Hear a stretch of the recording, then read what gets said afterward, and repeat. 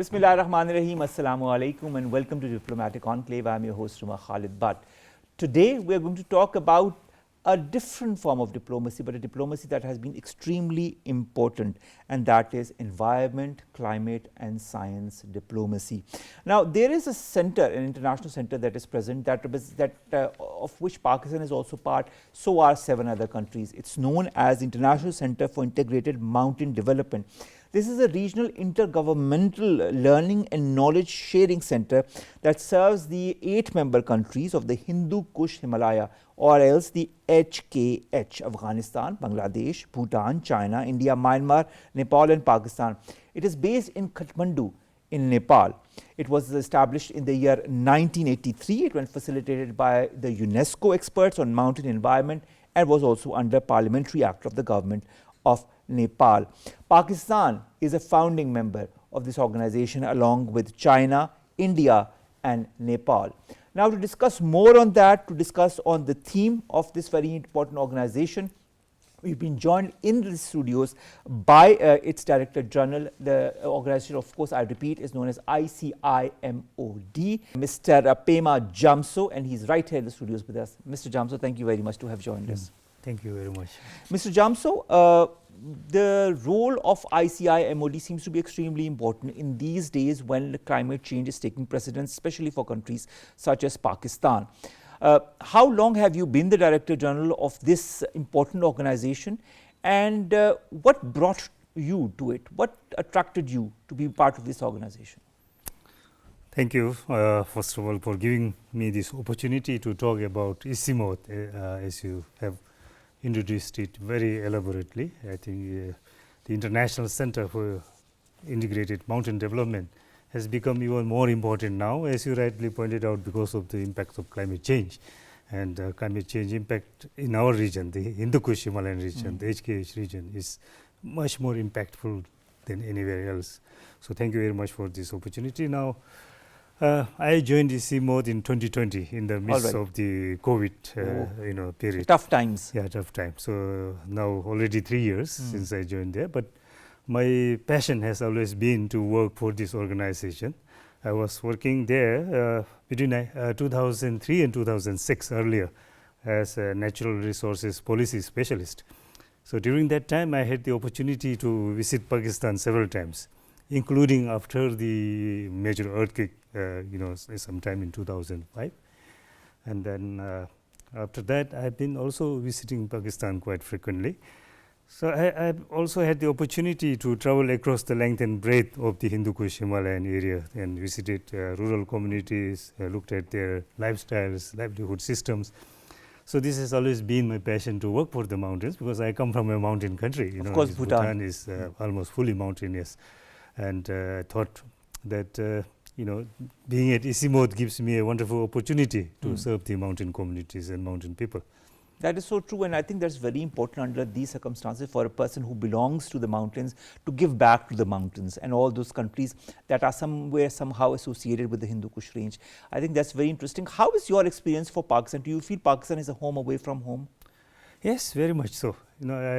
Especially when I go up to Gilgit, Baltistan, I really feel at home. And my experiences when I visited Pakistan have always been positive. So I go back with a lot of fond memories. Wonderful, and I think you've had a lot of memories because you, as you said, you've visited and you've been visiting Pakistan since quite a number of years, and again the organization brings you back to Pakistan as well. Let's talk a little bit about your organization ICIMOD. What is the vision, what is the objective of this important organization? If I were to be a layman not understanding what it is all about, what would be the key objectives of this organization since it has been created, and have those objectives changed since its inception? Well, that's a very big question, but I'll try to answer as much as possible. Now, the vision, and when ICIMOD was first created, was that it could bring the region together, the countries that share the Hindu Kush Himalayan ranges together to protect the environment, and also to look at the sustainable development aspects of the communities living in the mountains.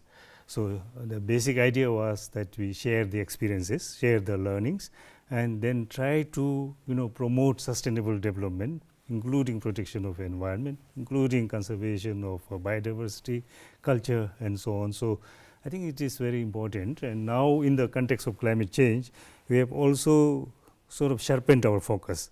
Now we are trying to support our member countries, as you rightly mentioned, the 8 member countries, to move towards a greener, more sustainable, resilient, system, resilient economies, resilient livelihood systems, and so on. So the vision is now green, resilient, and more inclusive SKH region. So we are working towards that, and the unique selling point of ICIMOD, I think, is that it is a political institution.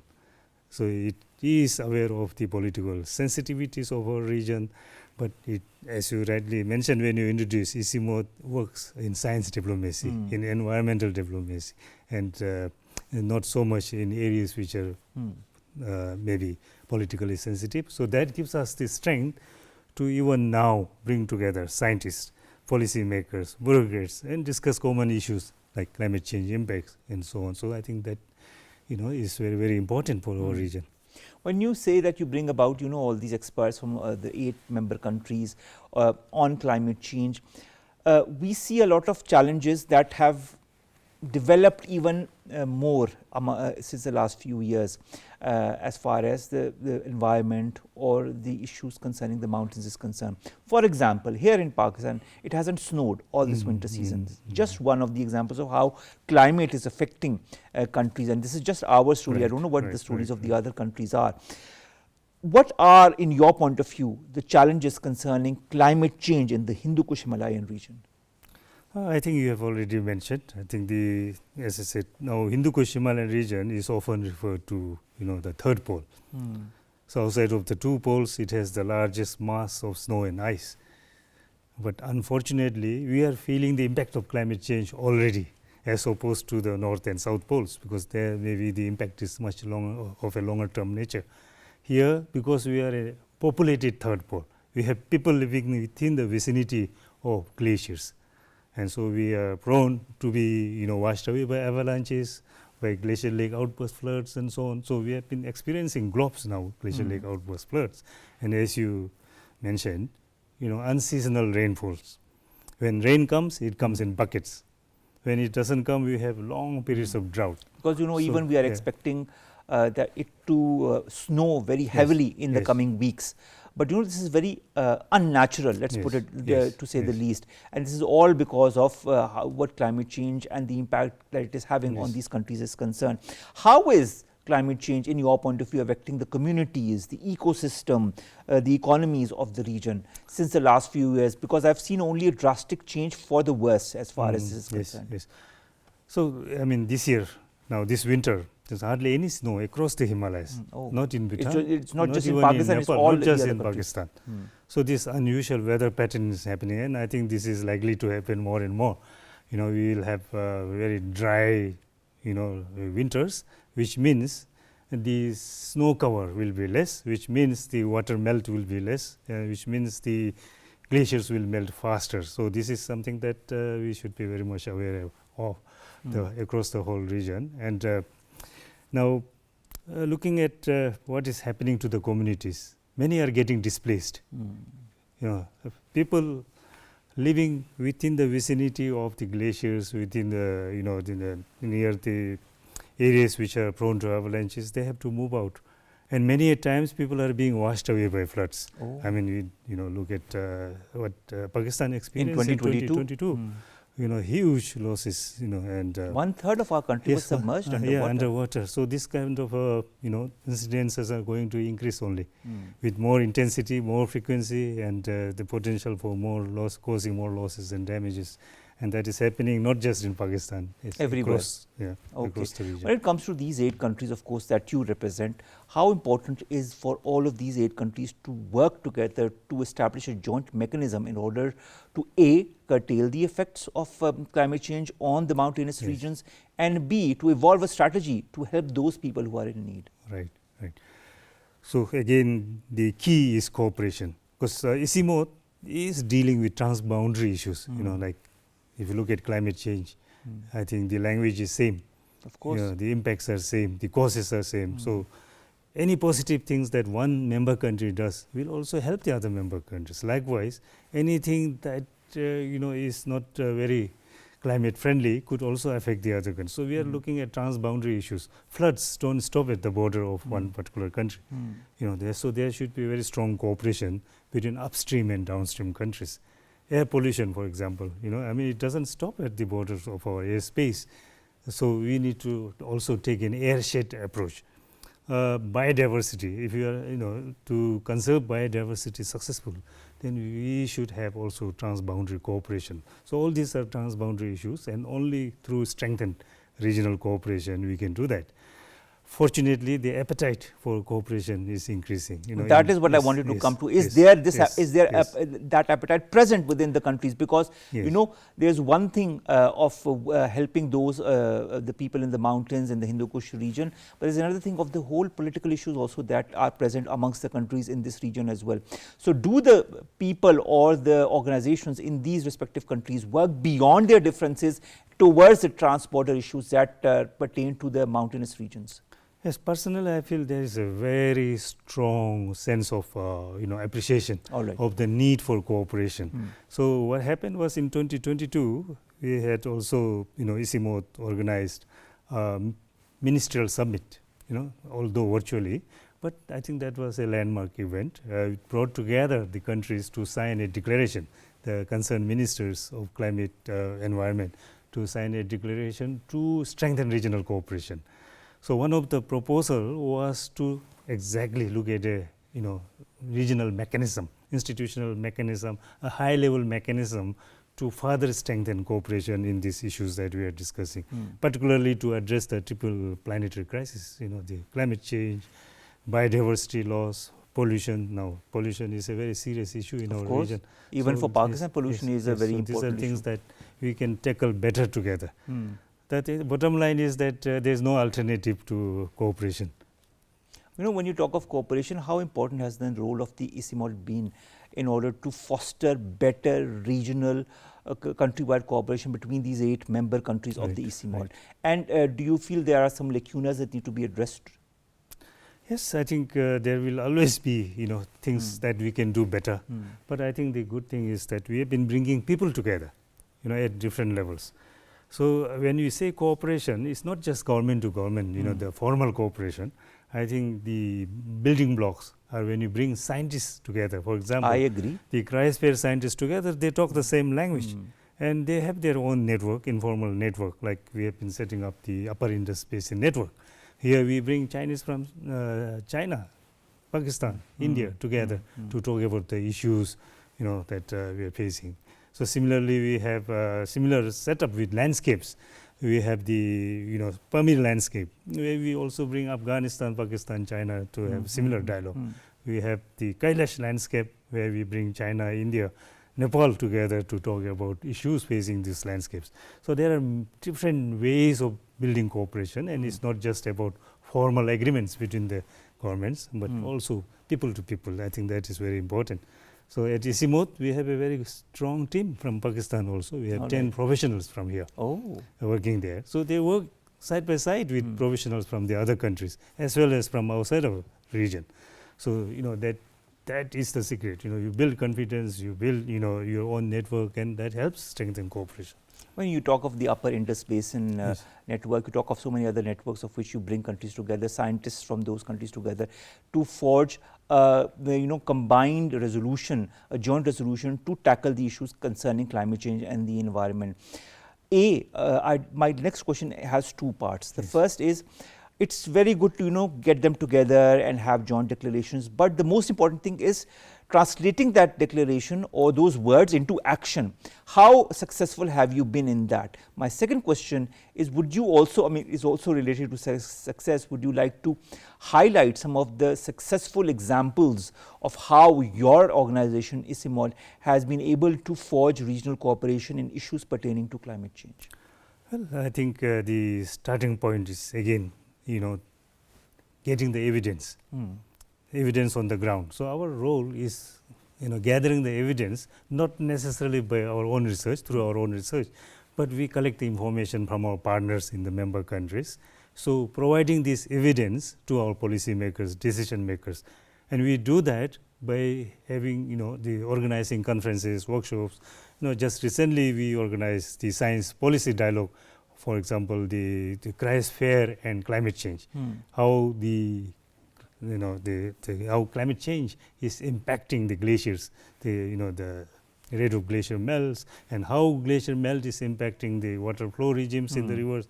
So, these types of, so we bring the countries together to discuss the issues, then look at the possibility of setting up, for example, to reduce disaster, what kind of mechanism, what kind of methodology we can use. And so, one example is setting up this community based early warning system, flood early warning systems. Another very, I think, good example is the story of dealing with too little water. Now, across the Hindu Kush Himalayas, springs are drying up, and as you know, the springs are the main source of drinking water for many communities, which also touches your earlier question about the impact on communities.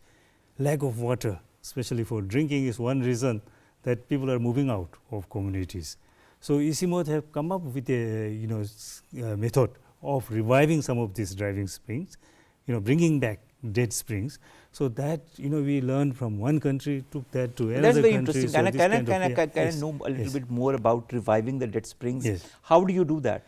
So, this is done through a combination of geological and hydrological studies. You cannot just deal with this kind of issues by looking at from one professional angle. We have to bring the communities together, also look at the social understanding, how the management of the springs were organized in the past, and what sort of land use changes have taken place, what sort of infrastructure development has taken place that has impacted the aquifers, for example. So, we looked at all that. So, looked underground, not just what happened on on the surface, but also below the ground. And in many instances, this was done because we construct roads without considering the aquifer system. We construct tunnels without looking at how it will impact the. So, bringing all these evidences, we also looked at how these springs can be revived. So, we set up a system of recharging the groundwater through creating artificial ponds, a series of ponds which recharges the aquifer, and then looking at the geological formation, the formation of rocks. Sometimes the spring outlet could be somewhere here, but the recharge system could be on the other side of the slope, because the rock structure underneath the ground could be different. So, it could be depending on the inclination, then the water flows. So, that way we have been quite successful. Now, this is being adopted, I think, in many of our regional member countries. Wonderful. Mr. Gyamtsho, there's one thing, you talk of infrastructure. Many of the countries that, in fact, all of the countries that are part of your ICIMOD have more or less infrastructure projects in course, roads being constructed, tunnels being constructed. Are you assisting them in order to ascertain how to construct the roads, if they, so that they do not interfere with the environment in such a way that the lives of the mountain people are affected? Yes, I think there's a lot of work that needs to be done. It's not so much to do with the lack of technology or even lack of resources. Okay. I think it's much to do with again, making the right decisions, right leadership and so on. So, many instances we can have the best of risk assessment, impact on the environment, impact on biodiversity, social impact, economic impact. But if these are not followed, then it becomes redundant. So, one of the challenges that we are facing, one of the tasks, again we are trying to address, is to bring these evidences on the table of the decision makers, so that they can make informed decisions. So, we look at the risk with the hydropower development, hydropower infrastructure, look at the environmental risk, look at the risk from glacial lake outburst floods, the economic risks, the social impacts and so on, and then we provide that to the decision makers. Now, ICIMOD is a strange animal in the sense that while we have development in our title, integrated mountain development, we actually work at the interface between science, policy and practice. So, in that sense, we do not have the resources to scale up. The scaling up and scaling out of a particular technology is vested with the concerned governments, with other bigger development organizations like UN systems or the World Bank or the Asian Development Bank and so on. But what we do is we take knowledge or good practices from one source, try to analyze that, package that, demonstrate that, and then try to promote that in a particular in another country and so on. So that is our main task. That is wonderful. Mr. Gyamtsho, you talk of resources. Where do you get your who financially backs you up, your organization? Yes, we are very fortunate that our regional member countries are contributing annually to our funds, and then also we have very strong support from several countries, Nordic countries, as well as other big bilateral development organizations and countries. Yes. All right. Speaking of climate change, because I mean this was just one of the aspects of the reviving the debt streams is concerned, but there are so many projects that we do not know of, even our viewers don't know of, that have helped make good progress as far as climate change is concerned. Would you like to highlight one or two projects that you feel have been good successes or good success stories for your organization and for the countries involved? Well, I think I would like to suggest that ICIMOD has come out with 2 landmark publications so far related to climate change. Okay. I think we have been very successful in bringing out the information to the not even the regional, more than the regional community, also the national organizations and the global communities and so on the unique, the impacts of climate change in the Hindu-Kush Himalayan region, that melting is taking place much faster, warming is taking place much faster, that 1.5 degrees centigrade is already too hot for this region. And I don't think it's going to remain 1.5. A lot of people are saying 2, 2.5 or 3 even. Yes, many of our, in many parts of our region is already reached close to 1.5. So anything that is above 1.5 is going to be too hot for our region. So that is one area. Then we looked at the river basins. River basin, what is happening to the, the people living in the river basins, how much are they exposed to, floods and, climate risk and so on. So we have several projects looking at, how we can improve the river basin management to reduce risk, to reduce hazards, and also, looking at, some of the mitigation measures, looking at how we can bring the countries together to reduce the, emissions, carbon emissions. So I think one typical example is, for our work on the brick kilns. We have been able to introduce a technology called zigzag. So improving air quality, I think, is very important for our region. I think we have some of the most polluted cities in the world. True. Including, Lahore, maybe in Pakistan, Karachi, Delhi, Karachi, Calcutta, and Dhaka, and Kathmandu even. So, controlling air pollution is very, very important for our region. So one of the measures that ICIMOD also worked through our partner. Now, when we say ICIMOD, actually the work is mostly done by our partners in the regional member countries. We only work through our partners. So we do not have a huge organizational setup to be able to do such things, but we do through our partners, and with our partners in the brick kiln sector, for example, with the concerned government agencies and the brick industries, the brick kiln owners themselves, we have been able to introduce technology called zigzag, which basically reduces black carbon emissions, dust particles, and so on. And now that is widely adopted in Nepal and also in Pakistan. I think in Punjab alone, something like 7,000 brick kilns, I believe, have adopted this technology. So that's a very significant impact.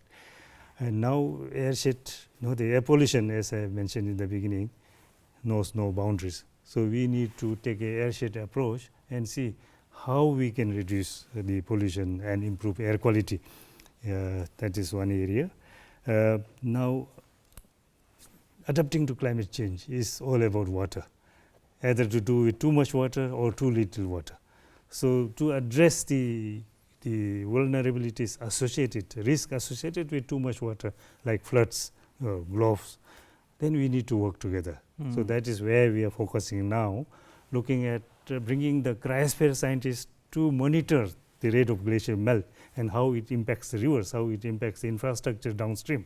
So these are very important works, which is of a longer term nature, but it's very important. Then we are looking at also the actual disaster risk reduction mechanisms on the communities themselves directly. If you look at the most vulnerable groups are women and children. So how can we prepare them better? How can we provide information in real time so that lives can be saved, property can be saved, and so on. So these are some areas that we are working on at the moment. Okay. And now another area is looking at mountain economies and livelihoods. Now during COVID we have seen that we cannot just depend on agriculture alone, and we cannot depend on tourism alone. So we need to have a combination of economic opportunities, entrepreneurs, enterprises to be able to sustain lives and livelihood in the mountains. So we are looking at tourism, and there again the opportunity lies for cooperation, in promoting regional tourism products and services and so on. And we are looking at resilient agricultural systems. How can we improve the better use of water, the limited water resource? And that is one, again, another area where we have been quite successfully working with our partners in Pakistan in promoting, for example, the solar pump lifting of water for irrigation. And I believe this is widely adopted now. And in fact, we are taking this technology from Pakistan to other countries. So addressing the scarcity of water for drinking, for irrigation, food production, I think these are very important areas to address the issue of too little water. Now too much water, floods and all, I think talked enough. Yes. Again, that needs But even when it comes to Pakistan, Mr. Gyamtsho, the fact is that there have been reports, even when the floods occurred in 2022, in 2023 we had international reports saying that Pakistan might be facing drought in 2025. So you see these are two extremes, and both the extremes need to be catered to, like you said, loss of water and not enough water needs is also one of the projects that ICIMOD is taking care of. How important is the policy making as far as all of these projects is concerned? Conducive policy making. Do you feel this is one of the primordial bases on which all of your projects are based? Absolutely.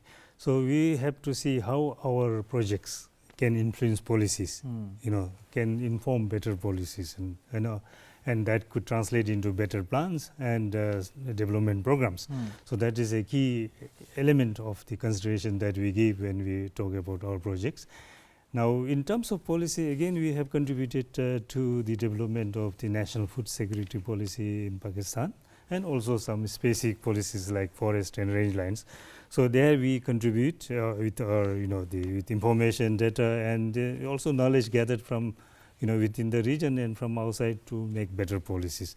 Now, there again, we need to now look at also other approaches of better engaging the policy makers and even the legislators. I think that is an area that we have not pursued earlier, and we would like to also get our legislators on board, because they are the ones who ratified the Paris Agreement or the Convention on Biodiversity and so on. So they understand, and we need to bring them on board and see how we can have better laws, better policies to address the impacts of climate change. When you look at legislation, do you feel that the importance of organizations like, and of course moods like COP or other international organizations that pertain to climate change are important? Do you collaborate with them? Do you give them your point of view as far as the 8 countries that you represent are concerned?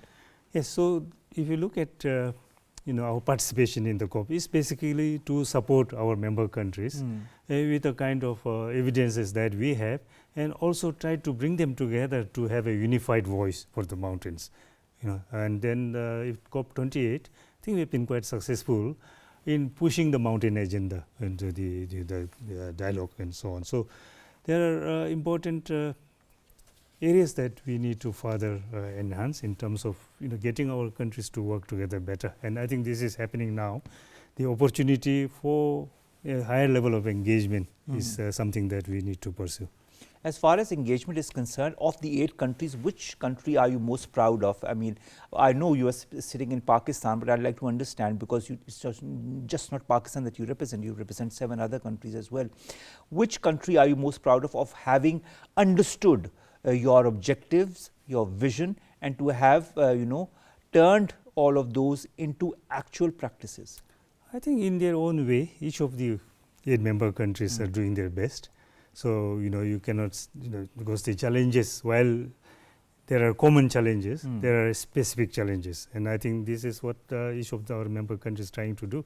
They're doing their best. Transition from, the fossil fuel to clean energy, that is happening across our region. All right. And all the countries are doing very well in that. Are they proactive as far as that is concerned? Proactive, like in terms of investing in huge solar farms, for solar power generation, investment in hydropower, investment in, adopting better technologies. So all our countries are doing, very well. But I think the challenge that we need, or the opportunity that is in front of ICIMOD is to bring them together, share the knowledges, share these good practices, even share resources, because as I said in the beginning, I think we share a common region. That is so true. And unless we work together for the region, we are not going to, have a secure and prosperous region. I understand that, but whenever there's an objective, whenever there's a vision, whenever there's work, there are also challenges. And sometimes the challenges are steep, sometimes the challenges are easily surmountable. What have been the major challenges as far as ICIMOD is concerned, and how have you been able to tackle them over the years? Well, I think because there are challenges, there's all the more reason for ICIMOD to exist. Because if there are no challenges, then there's no reason for it to exist also. So I think the challenges provide opportunities. And at this moment, I think the biggest challenge I would say is again the need for stronger regional cooperation. All right. I think the appetite, as I said, is there. We need to build on that. We need to get our leaderships in the region recognizing the importance of transboundary cooperation. Because all the issues that we are dealing with, really require cooperation at all levels. All right. What about the United Nations? How cooperative is the UN as far as your initiatives are concerned, and what has been the feedback from them? Yes, we work very closely with many of the specialized agencies of the UN. With UNEP, for example, we have been working with them for a very, very long time, and the cooperation still continues. Last year, or year before now, we signed an MOU, Memorandum of Understanding, with the regional director of UNDP. All right. So covering the whole region. So we work now also very actively with UNDP, with FAO, with WFP, with of course other bodies like IUCN, etc., and World Bank, so on. I think that's important. Now, coming to the country that you are present here, and of course, I represent as well Pakistan. How important has been the collaboration and the contribution that Pakistan has had as far as ICIMOD and as far as climate change and environment is concerned? Well, I think we have to also recognize that Pakistan has, 50% of its land area is covered by mountains. And something like, I think in my research, more than 8,000 mountains which are named, with the second highest mountain being here, K2 also being here, and the congregation of 3 major mountain ranges, the Himalayas, the Hindu Kush, the Karakoram. So for Pakistan is very important, and it again boils down to water. From the point of water resources management, I think it's very important for Pakistan to be an active member of ICIMOD. And so far, Pakistan has been that, has provided the kind of support that is needed, in furthering, in advancing ICIMOD's work. So we are very grateful. We have also, a number of professionals from, Pakistan working there. The Pakistan partners, from the government agencies as well as the CSOs and private sector have been actively participating in all the major workshops and conferences, the capacity building programs that we have in ICIMOD, and also ICIMOD's activities, the programs that we implement here in Pakistan. We have very strong cooperation partnership with the agencies here. So I would say Pakistan has been very active member of All right, Pakistan is an active member. And of course, is also one of the leading voices in the global discourses on climate change. The Loss and Damage Fund, for example, at the COP was pushed by Pakistan, and the agenda was finally accepted this year at COP28, operationalized, and that I think was a very important success of Pakistan. But speaking of Pakistan, what are the major projects that are currently in place between ICIMOD and Pakistan, and what are the projects in the pipeline? Could you highlight just one or two that you feel are very close to your heart? Yes, I think we in the past ICIMOD have been working very actively in sorts of looking at the disaster risk reduction, the early warning systems and so on, together with the Pakistan Meteorology Department. We have also been working on management of forests and rangeland resources with provincial governments like Gilgit-Baltistan, and also in promoting resilient agricultural system, particularly dealing with irrigation water. So looking at lifting water for irrigation and so on, using different technologies. Then, as I mentioned, in the brick clean sector and so on, and also in transboundary landscape management, in the that Pema landscape and so on. So several areas, and also in the area of monitoring of glaciers and so on. So now, as we move on, we are going to look at more in terms of working on adaptation measures, along the river basins and so on. So we have several projects in the pipeline, which we hope would make a significant contribution to Pakistan's national efforts in addressing climate change. Mr. Gyamtsho, what is the major project concerning the Indus Basin? Right now we have, now we have to look at ICIMOD's projects. We do not have many single country projects. All right. So whatever projects we have has to have regional relevance. I understand. So there we'll, and again, as I mentioned, we'll work at the interface between science, policy and practice. So our work is mainly focused on research and demonstration, and then, advocacy on that. So in that respect, I think the projects that we have in the pipeline, one project which is dedicated to Pakistan, we hope that it will come on stream with adaptation fund, is called SAFER, to look at how we can improve the water management, the river basin management along the Indus basin towards a more sustainable food production system, more healthy ecosystem and so on. So that is coming through, and we hope that it would become operational sometime this year.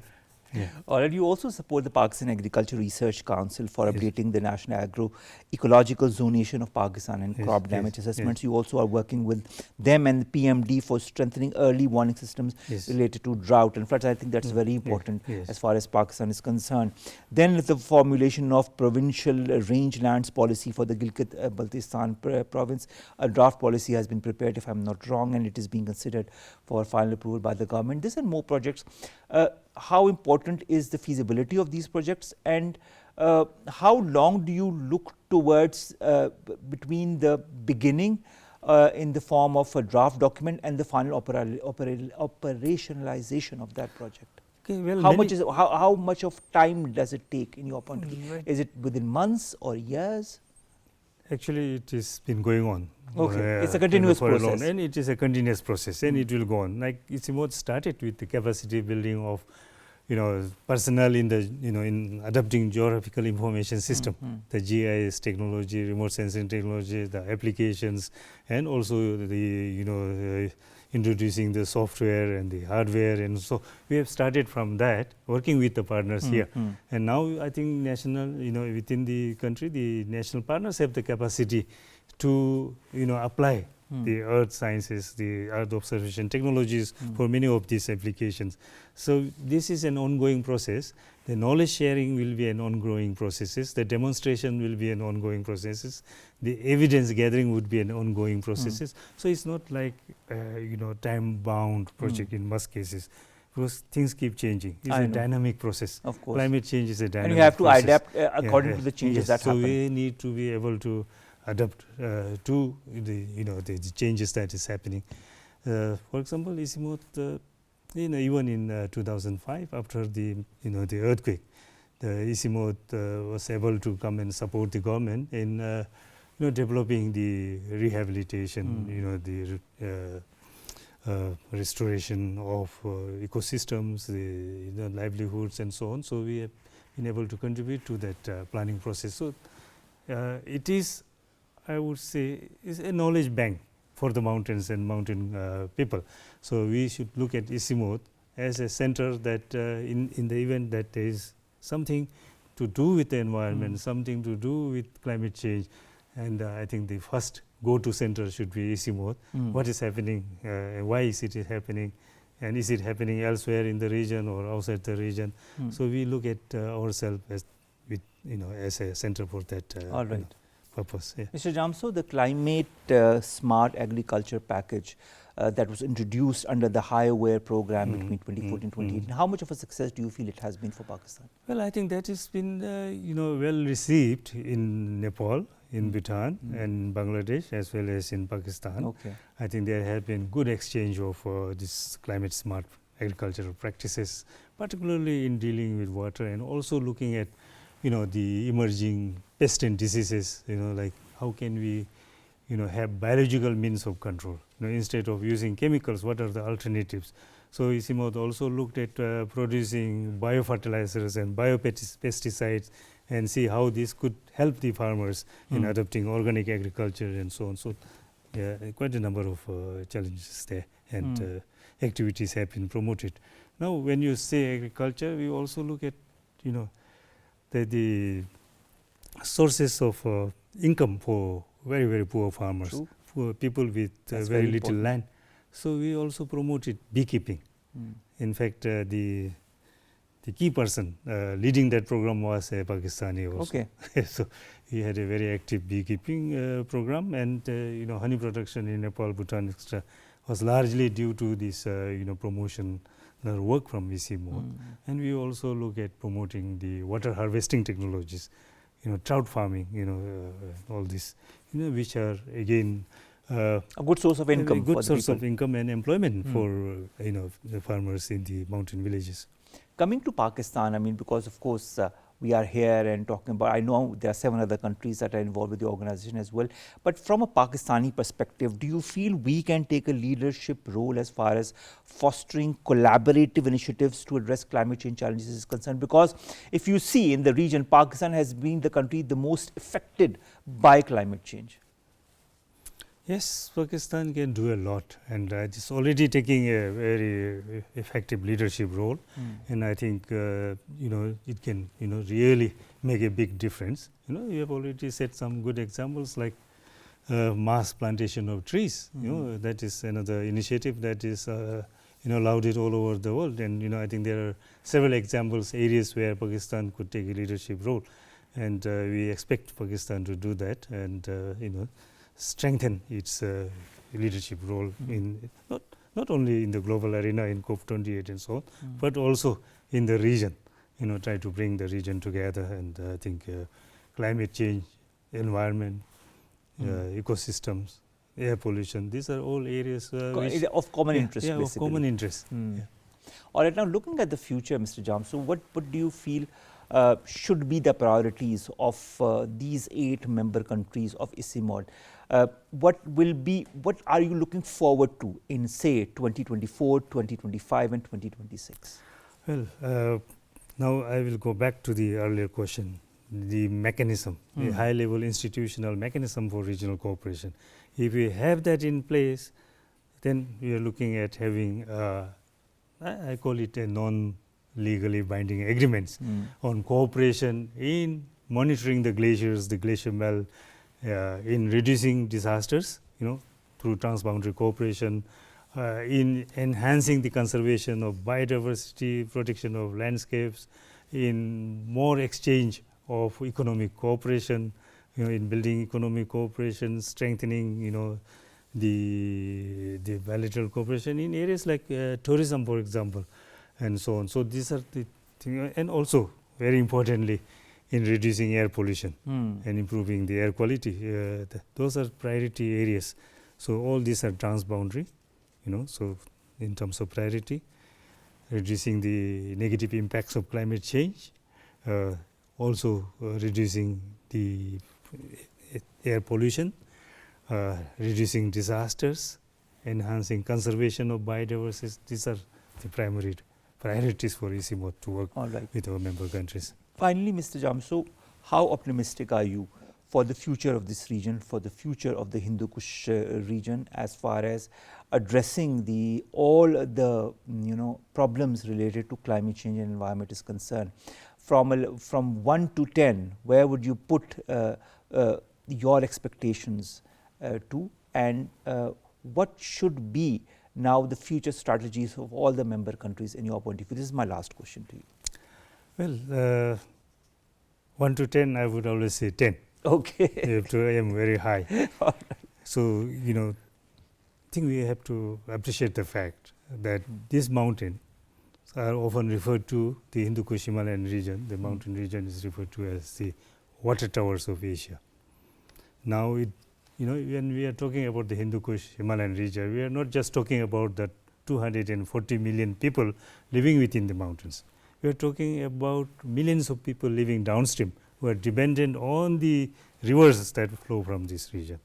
What happens if the rivers dry up? For example, Indus, 40 or more than 40% of the water in the river comes from snow and ice melt. Now, if this keeps on decreasing, it will affect the food production, it will affect the energy production, and that will affect the industries, the livelihoods of, in our estimate, something like 1.6 billion people living downstream. So, altogether we are talking about more than 2 billion people, a quarter of the world's population. Now, if this region cannot address the challenges, where would the people go? So, globally it is also very important. Because if people have nowhere else to go, then definitely our people have to move out to some other areas where they would find new places to live. So, we need to be very cognizant of that. While we have to look at the regional issues, it has a global implication, and that is why we are trying to also bring this to the notice of the global community in the climate change processes and the biodiversity negotiation process, that this region is a global asset and that we need to work together to protect it.